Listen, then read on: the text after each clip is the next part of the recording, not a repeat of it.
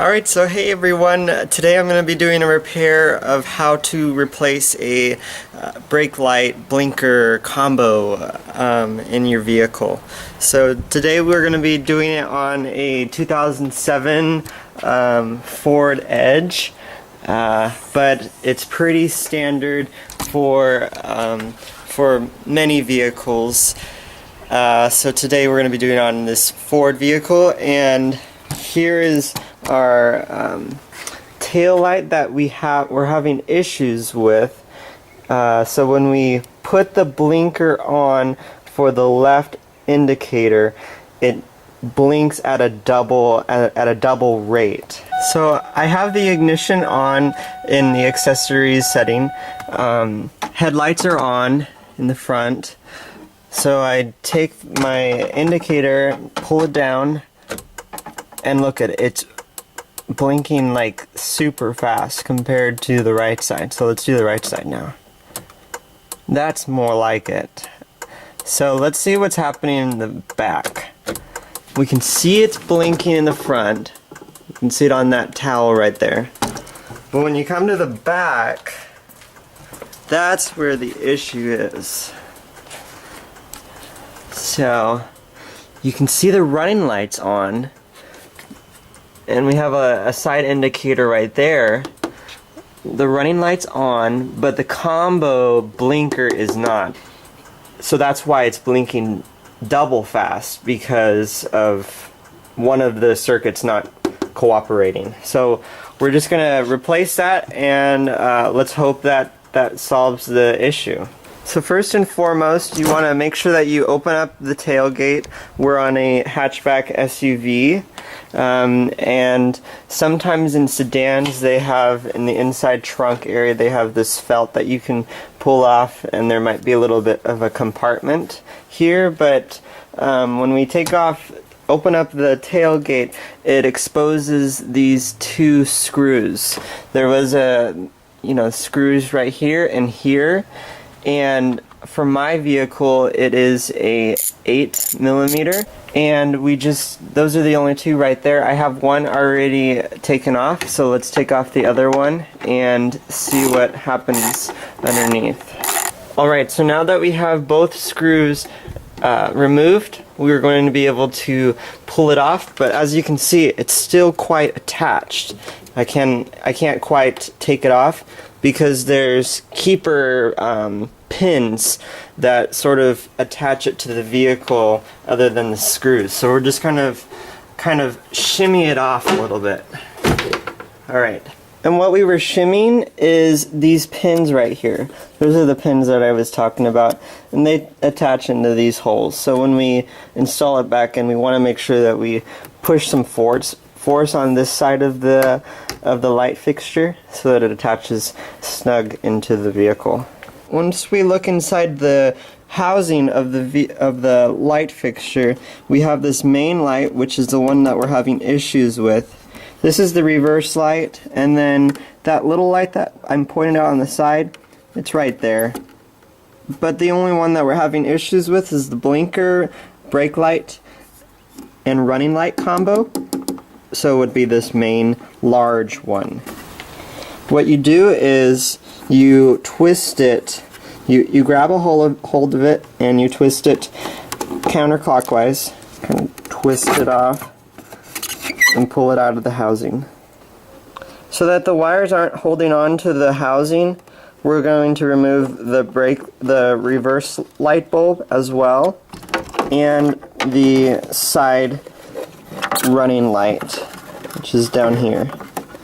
So you just, same way, you just twist it and pull it out. And then here's the combo brake blinker running light. And you can see there's two filaments, and one of them is out of order. That's why it's not blinking when we indicate. But the running light is fine. So the running light one is the one that's just fine.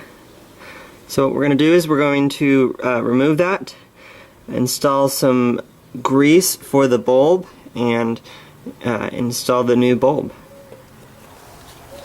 Alright, so we have our new bulb. It's Sylvania, and then it's the 4157.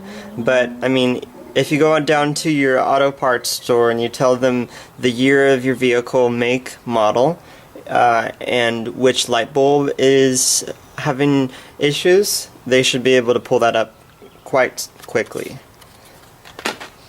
And then just for safety reasons, I purchased this bulb grease.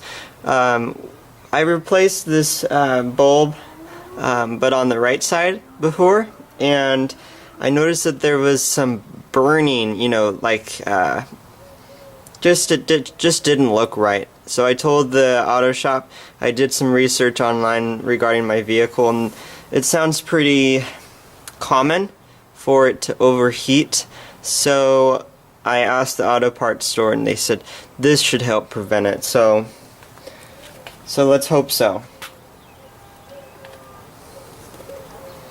And you can even see it right there that it's quite discolored and almost black.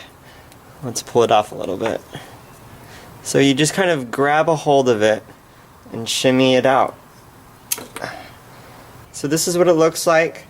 We're going to replace it with the new one. Alright, so here's the fresh looking bulb. Nice and new, clean looking. I'm going to open up my grease packet. Here's the bulb, here's the grease. We're just kind of going to get on the connector filaments. Just kind of squeeze it on there.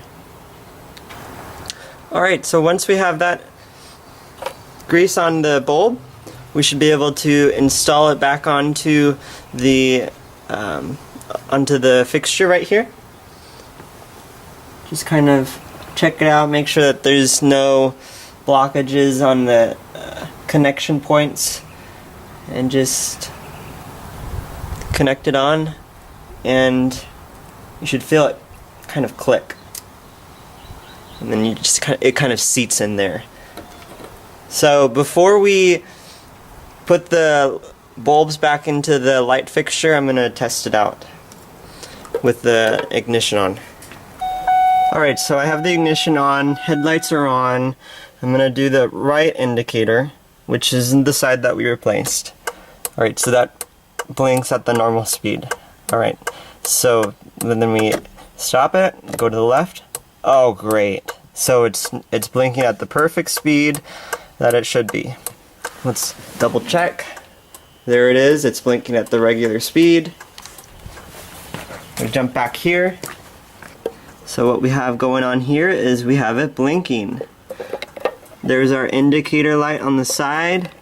Let's stop the indicator and see if the running lights work just fine.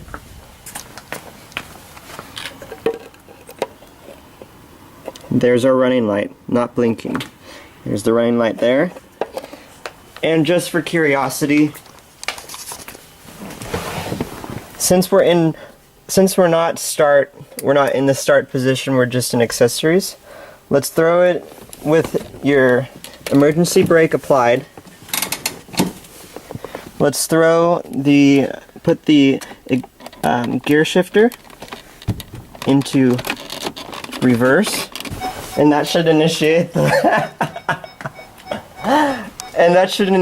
the bulb for the reverse light. And as you can see, our bulb for the reverse light is burnt, so that's going to be another video. It should look like that illuminated. Sorry about the sensor. So now you do the installation, or the removal in the reverse order. You install the lights, put them in clockwise into each of the sockets, and depending on the bulb that you remove, and you want to make sure that you push some pressure on those pins so that they can connect to the body of the vehicle.